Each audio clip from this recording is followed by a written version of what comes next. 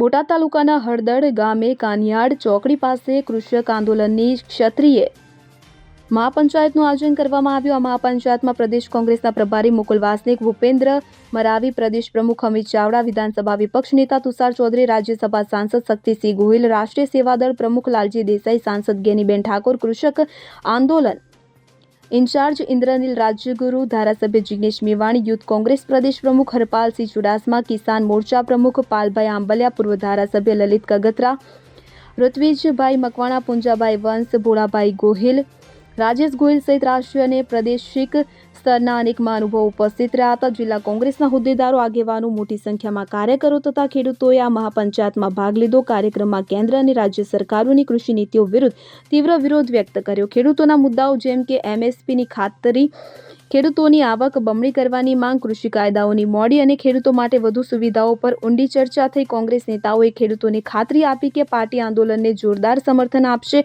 અને સંસદથી લઈને ગામ દેહ સુધી આગળ વધશે। મુકુલ વાસનિકે વધુમાં કહ્યું કે ખેડૂતોનું આંદોલન દેશની આત્મા છે। કોંગ્રેસ અને આને મજબૂત કરીને સરકારને જવાબદાર બનાવશે। તુષાર ચૌધરીએ કહ્યું કે આ મહાપંચાયતથી કૃષક આંદોલનને નવી ઉર્જા મળશે। જિગ્નેશ મેવાણીએ ખેડૂતોના અધિકારો માટે એકતા જરૂરી હોવાનું ભારપૂર્વક કહ્યું અને આ કાર્યક્રમથી સૌરાષ્ટ્રના ખેડૂત વિસ્તારોમાં કોંગ્રેસની પહોંચ વધુ મજબૂત થઈ છે। પ્રજાના મતથી સત્તા પર બેઠેલા જે સત્તાધીશો છે એ પણ નિષ્ઠુર બન્યા છે અને સંપૂર્ણ રીતે નિષ્ક્રિય દેખાઈ રહ્યા છે। આજે સૌરાષ્ટ્રમાં મગફળીનો પાક હોય, ક્યાંક ડાંગરનો પાક હોય, ક્યાંક સોયાબીનનો પાક હોય, કે આખા ગુજરાતમાં બધા જ વિસ્તારોમાં ખૂબ મોટા પ્રમાણમાં ખેડૂતોને નુકસાન થયું છે।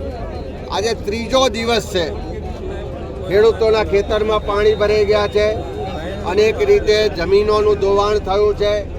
ત્યારે આવા તકલીફના સમયમાં પણ સરકાર કોઈનું ના સાંભળતી હોય, ઉલટો ખેડૂતો દર વખતે લૂંટાય છે, દર વખતે હેરાન પરેશાન થાય છે અને એની ક્યાંક રજૂઆત કરવા જાય તો જે રીતે હળદર ગામમાં જોયું, પોલીસ દ્વારા જુલમ કરવામાં આવ્યો, અત્યાચાર કરવામાં આવ્યો, આજે ખોટા કેસ કરીને નિર્દોષ લોકોને જેલમાં પૂરવામાં આવ્યા છે। ત્યારે એવા સમયમાં આજે બોટાદ ખાતે જિલ્લા કોંગ્રેસ સમિતિ દ્વારા ખેડૂતોનું સંમેલન યોજાયું છે। તમે જોયું કે હજારોની સંખ્યામાં સૌએ સાથે મળી અને કોંગ્રેસની જે માંગો છે એને સમર્થન આપ્યું છે।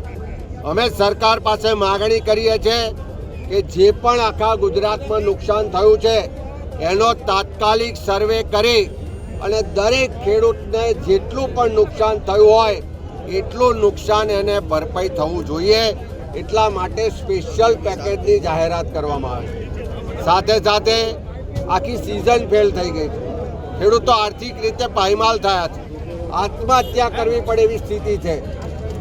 તો તમામ ખેડૂતોનું જે બેંકોમાંથી ધિરાણ લીધું છે, 1 વર્ષનું ધિરાણ સંપૂર્ણ રીતે માફ કરવામાં આવે એ પણ માગણી કરીએ છીએ। આ 1 વર્ષે નહીં પણ દર વર્ષનો પ્રશ્ન છે। ક્યારેક વાવાઝોડું આવે છે, ક્યારેક અતિવૃષ્ટિ થાય છે, ક્યારેક કમોસમી વરસાદ થાય છે, કુદરતી હોનારતો થાય છે અને ખેડૂત વારંવાર બરબાદ થાય છે।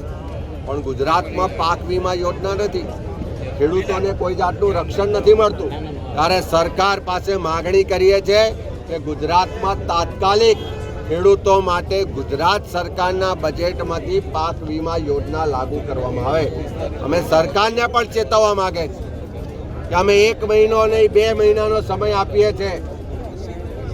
આવતા 2 મહિનામાં આ ખેડૂતોની માગણીઓ પર સરકાર ચિંતા કરીને નિર્ણય નહીં લે તો જાન્યુઆરી મહિનામાં આખા ગુજરાતના ગામે ગામથી એક ખેડૂત પરિવારના લોકોને જાગૃત કરીને ગાંધીનગર કૂચ કરવા માટે આહવાન કરીશું।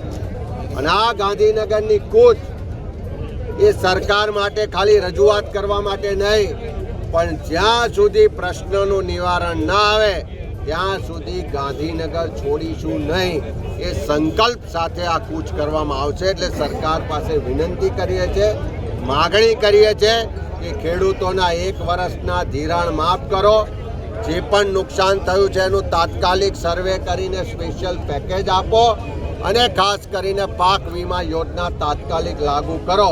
આ માગણીઓ સાથે આ સંમેલન યોજાયું છે અને સૌ ખેડૂતોએ, સૌ કાર્યકરોએ આ આખા ગુજરાતના ખેડૂતોના હક અધિકારની લડાઈ લડવાનો આજે એક સહિયારો સંકલ્પ કર્યો છે. અમિતભાઈ, આપના ભાષણમાં આજે ઉલ્લેખ નેપાળવાળી કરવાની ચીમકી, શું સમગ્ર મુદ્દો?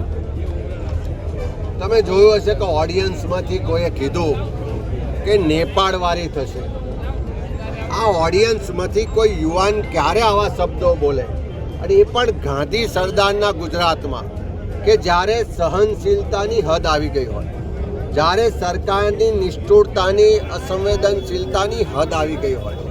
એક તરફ સરકારમાં બેઠેલા લોકો કોઈનું સાંભળતા ના હોય, લોકો સરેઆમ લૂંટાઈ રહ્યા છે, પોલીસ અત્યાચાર કરતી હોય, ચારે તરફ લૂંટ ચાલતી હોય, ચારે તરફ ભ્રષ્ટાચાર ચાલતો હોય, તો સામાન્ય પ્રજા જાય ક્યાં?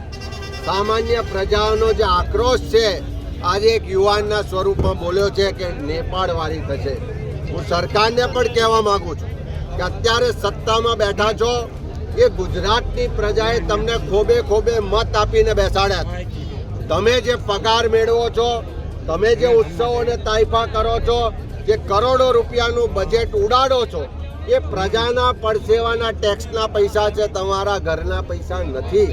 અને એમાંથી જો દુરુપયોગ થતો હોય, પ્રજા પર અત્યાચાર થતો હોય, ભ્રષ્ટાચાર થતો હોય, એના તકલીફના સમયમાં કોઈ એની વાત ના સાંભળતું હોય, તો હું માનું છું કે એક વ્યક્તિના મનમાં જે આક્રોશ છે, જે વિદ્રોહ સ્વરૂપે આ શબ્દો નીકળ્યા છે, એ આક્રોશ ને વિદ્રોહ આખા ગુજરાતના એક એક ખેડૂત પરિવારમાં છે, આખા ગુજરાતના એક એક બેરોજગાર યુવાનના મનમાં છે, આખા ગુજરાતની મહિલાઓ પર જે અત્યાચાર થાય છે એના મનમાં છે, આખા ગુજરાતના જે આદિવાસીઓના હક અધિકારો છીનવાય છે એના મનમાં છે, આખા ગુજરાતમાં જેને જેને અન્યાય અત્યાચાર થાય છે એ બધાના મનમાં આક્રોશ ને વિદ્રોહ છે.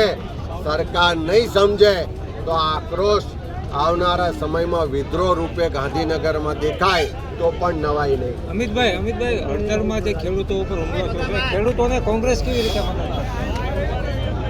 હળદરમાં જે રીતે ખેડૂતો પર અત્યાચાર થયો છે, ધમાલ કરવાવાળા, પોલીસોને પથ્થર મારવાવાળા, રાજકારણ કરવાવાળા લોકો તો ખેતરોમાંથી ભાગી ગયા, પણ પોલીસ દ્વારા જે મહિલાઓને, યુવાનોને, વડીલોને ઘરમાંથી ખેંચીને મારવામાં આવ્યા છે, એમને પર અત્યાચાર કર્યો છે, ખોટા કેસ કર્યા છે, એવા તમામ લોકોને છોડાવવા માટે જે પણ કાનૂની મદદની જરૂરિયાત હોય એ અમારી જિલ્લા કોંગ્રેસ સમિતિ અત્યારે પણ કરે છે.